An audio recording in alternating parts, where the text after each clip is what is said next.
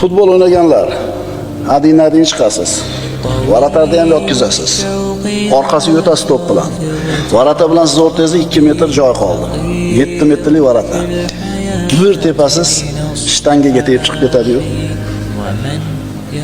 O'zi tek qo'yib qo'ysangiz to'p hali yumalab o'zi kelib ketar edi. Shu qoqib tashlayman deb tepasiz, ana tavfiq yo'qligi shu.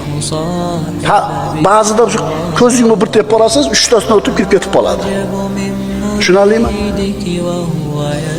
Biz hech qachon meni amalim bor, men qildim deb o'zimizga baho bermasligimiz uchun birinchi bilishimiz kerak bo'lgan narsa, mana shu biz qilgan yaxshi ish Allohning tavfiqi bilan bo'ldi, Alloh qildirdi deyishimiz kerak. Birinchisi shu bo'ldi.